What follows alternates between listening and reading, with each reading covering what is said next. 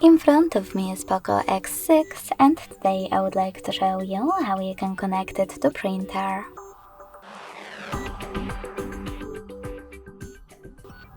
Begin by opening settings and choosing connection and sharing. Then hit printing and tap on default print service. Now wait.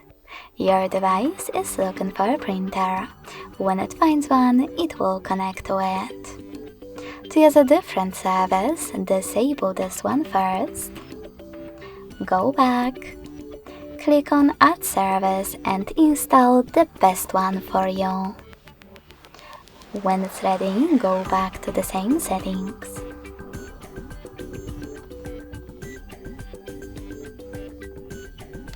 Then tap on it and wait again. Thanks so much for watching. If you enjoyed this video, don't forget to leave a like, comment and subscribe. Bye!